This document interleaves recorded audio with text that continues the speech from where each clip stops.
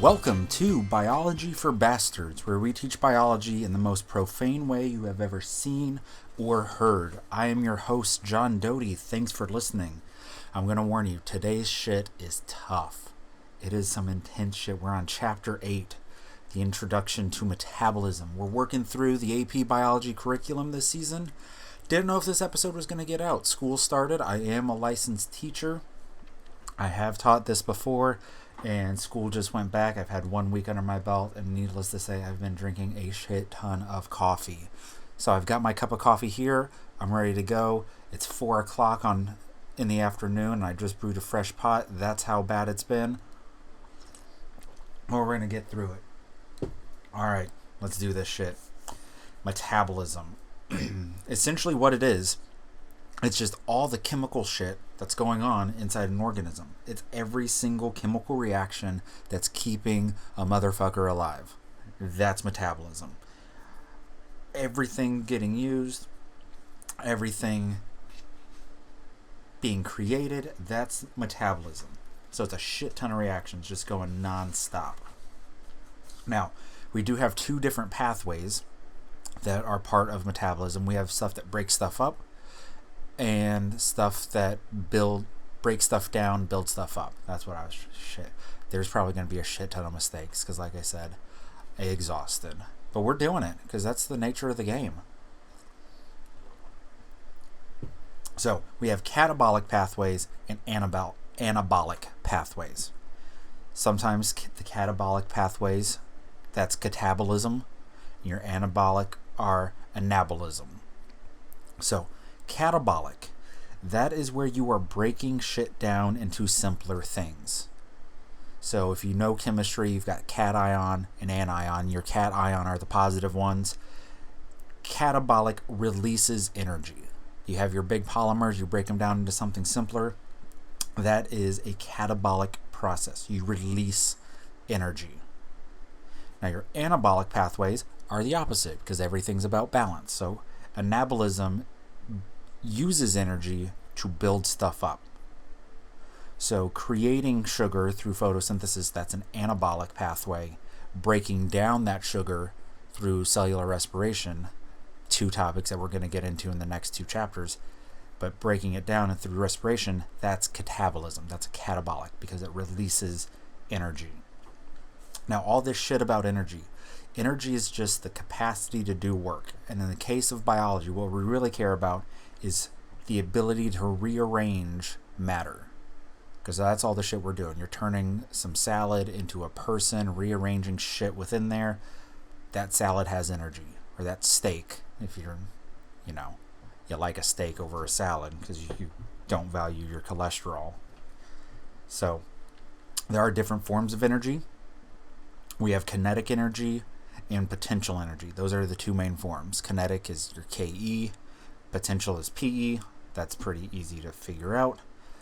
With biology, our kinetic energy is typically heat.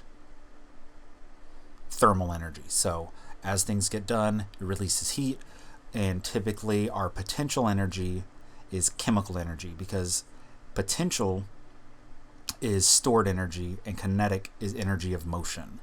So as things get going, things move around, the atoms or the molecules are moving. That creates the heat that we experience. And potential energy, it's stored because of position or structure. And in biology, that structure has to do with the chemical bonds, the structure that the chemical has because of the bonds that have been formed. And it is totally possible and absolutely necessary that we can convert energy from one to the other, because that's what organisms are. We are nothing but a bunch of fucking awesome energy converters. Convert from one into the other. When you study this transformation of energy, that's what thermodynamics is. The study of the energy transformations. And when you study energy transformations, you get closed systems and you can have open systems.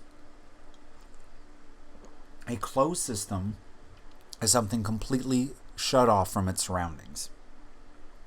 And a go-to example is like when you have coffee in a thermos, because coffee's our best friend. You put the lid on, it stays in there.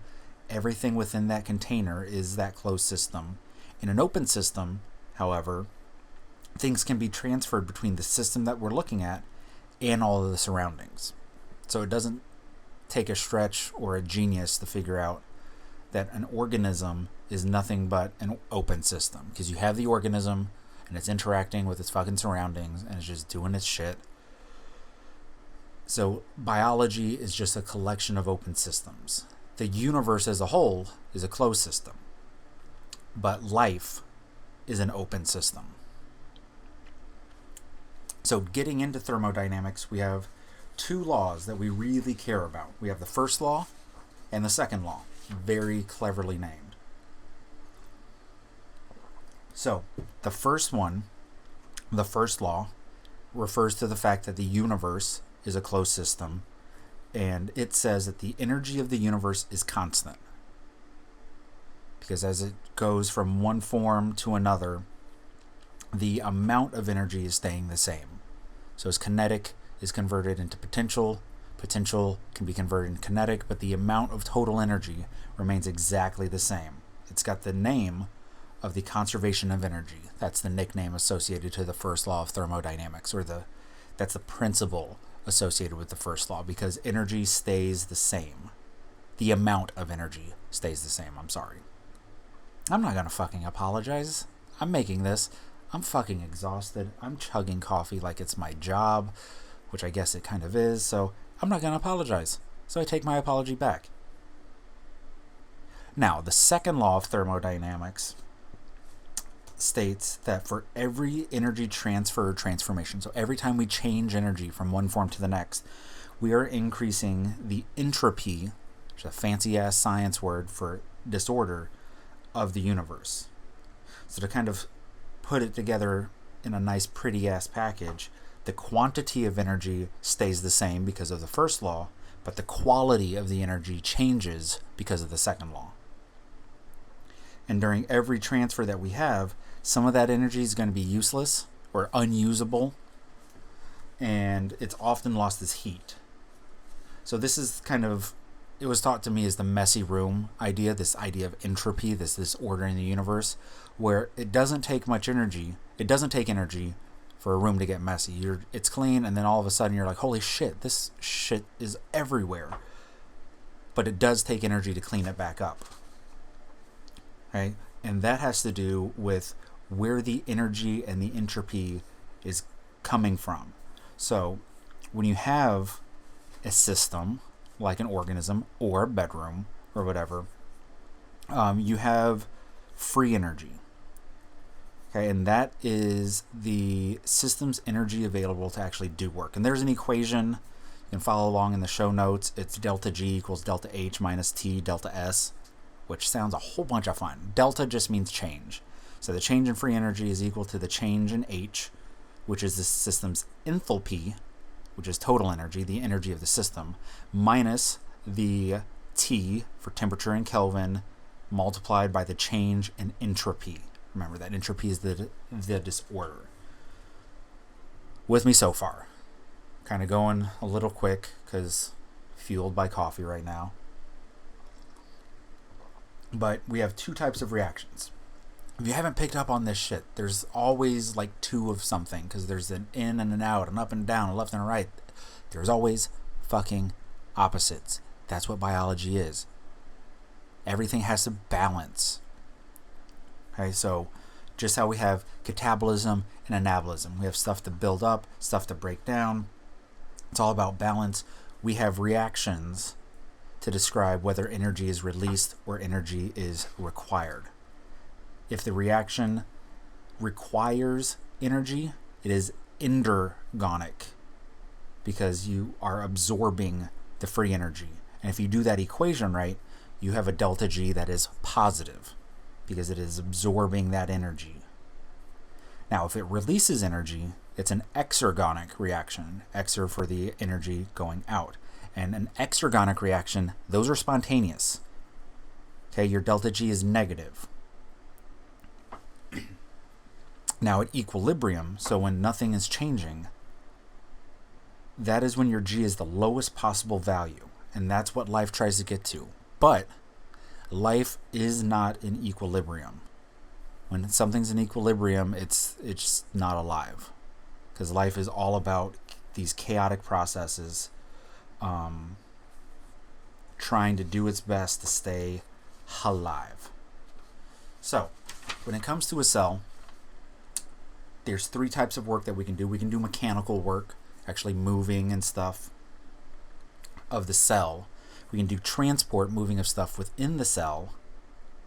And we can do chemical work, such as making reactions occur that wouldn't normally occur. So what we have to do is we've got to combine our resources. We have these processes, these exergonic processes that will happen by themselves. They happen spontaneously because they release energy, and that decreases the entropy.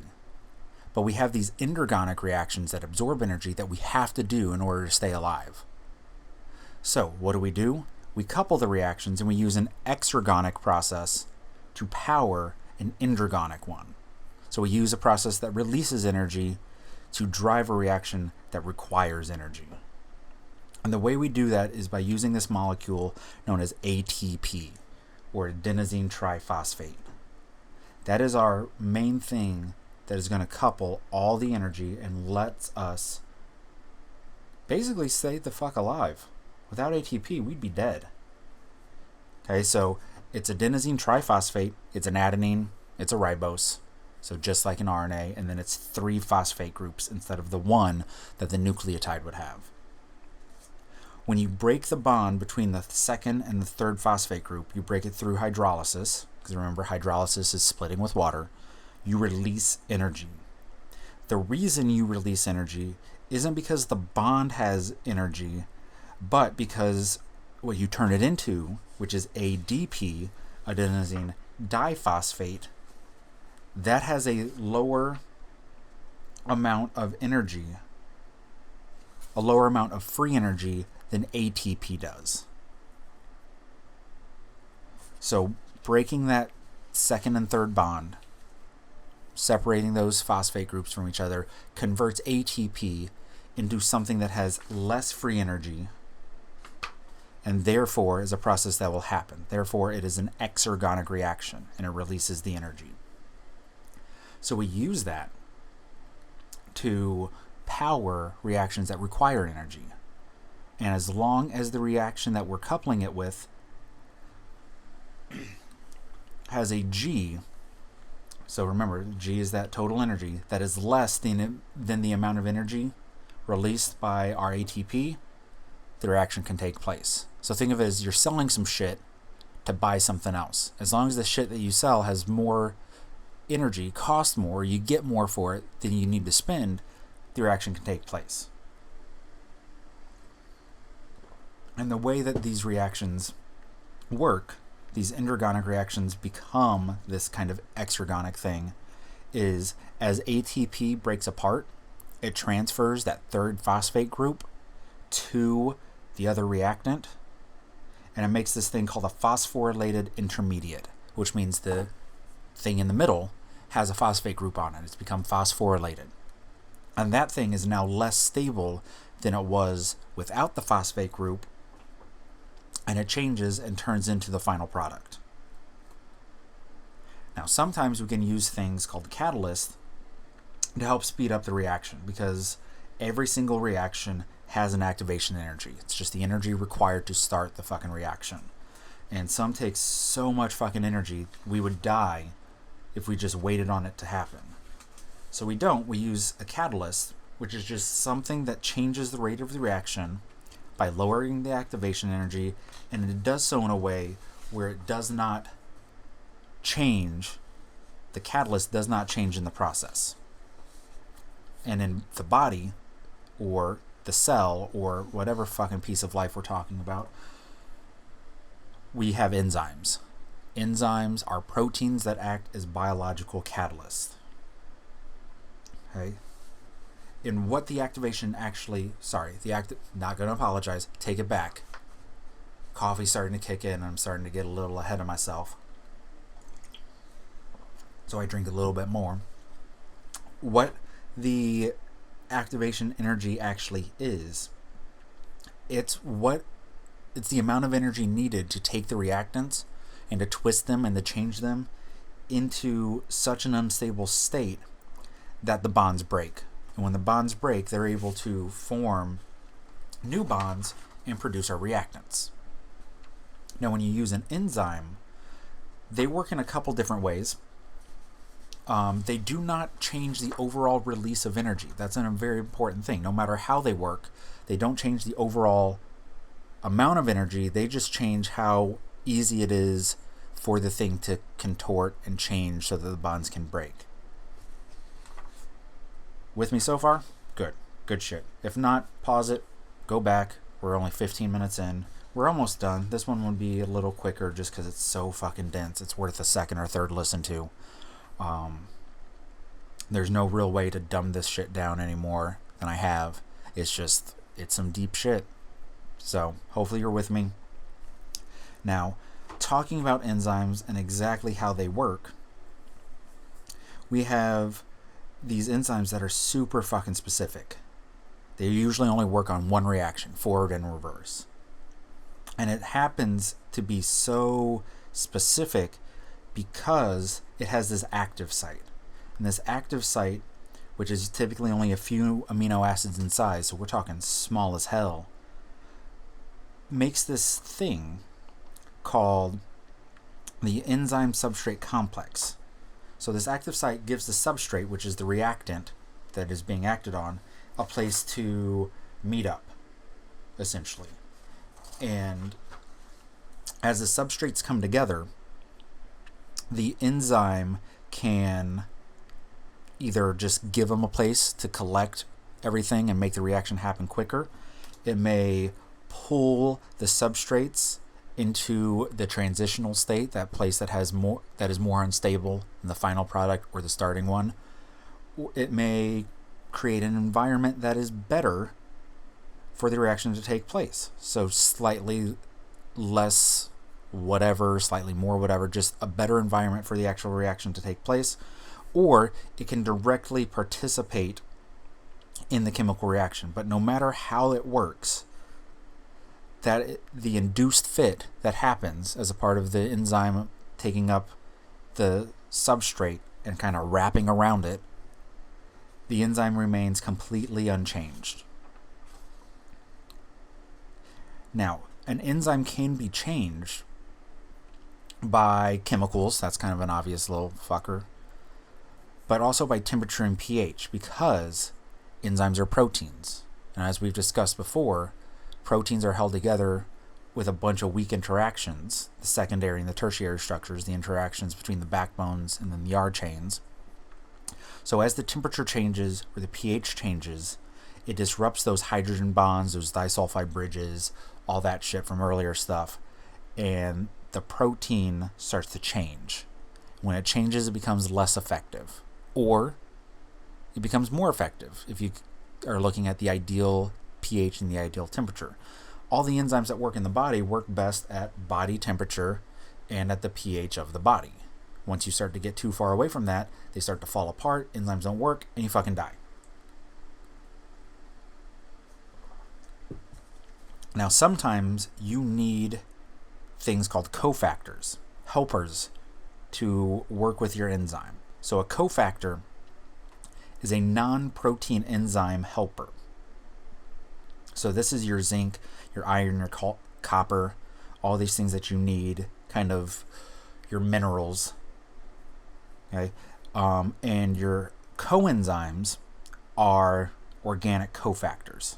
So things like vitamins. So just like catalysts can be anything, and enzymes are biological catalysts, cofactors can be a lot of things, and coenzymes are your biological cofactors. So you need your vitamins because they help enzymes work that keep you alive. You need certain minerals, and that's why you should eat the salad I talked about earlier as opposed to the steak, because you need certain things, certain nutrients found in that salad. Now, when it comes to inhibiting enzymes, because sometimes we don't want enzymes to work as well, sometimes we do want them to work and other things don't want it to work, so things like toxins and poisons, They inhibit our enzymes, and that's bad, because if it's a very important enzyme, that's how you die. But there's two main categories of inhibitors. There's competitive inhibitors, and there's non-competitive inhibitors. They both inhibit the enzyme, so they make the enzyme less effective. And whether it's competitive or non-competitive determines on where the inhibitor binds to on the protein. So if the inhibitor binds to the active site of the enzyme and actually competes with the substrate, that is the competitive inhibitor, because it's competing for the substrate. It's like, I can only take one thing. I can either take the inhibitor or the substrate. Non-competitive inhibitors bind to some other part of the enzyme that is not the active site, but what it ends up doing is it changes the shape of the enzyme to the point where the active site is no longer functional. So imagine if you've got a lock, and a competitive inhibitor would be you have a second key crammed into the lock and you can't get the right key in. That would be competitive inhibition, where a non-competitive inhibitor would be like you bind to the back of the lock, or you put something over the front of the lock and you can't even get to the keyhole. So that is your inhibition. And it's some fun stuff. It's how poisons work, and poisons are fun. Everybody loves poisons. And then kind of our next to last thing we're going to talk about is how do we regulate this shit. So poisons and toxins and inhibitors are fairly permanent. To regulate, we can turn things on and off. And a good way to do it is through this process called allosteric regulation.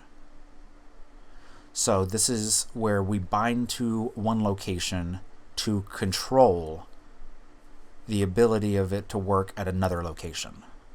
So you bind in one spot, and that changes the active site to make it either better or worse.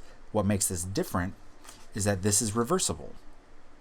So you can allosterically bind an activator to an enzyme, and that's going to stabilize the active site and allow the enzyme to do its job.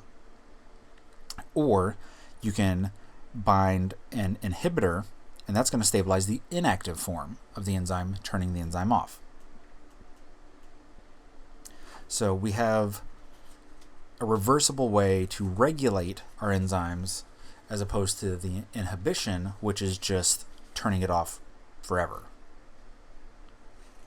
And then we have a special type of allosteric inhibition, which is this feedback loop, where we have this thing called feedback inhibition. And that is where the end product of a pathway will go back and allosterically bind to the enzyme in an earlier stage, changing the active site and preventing the reaction from going along any further.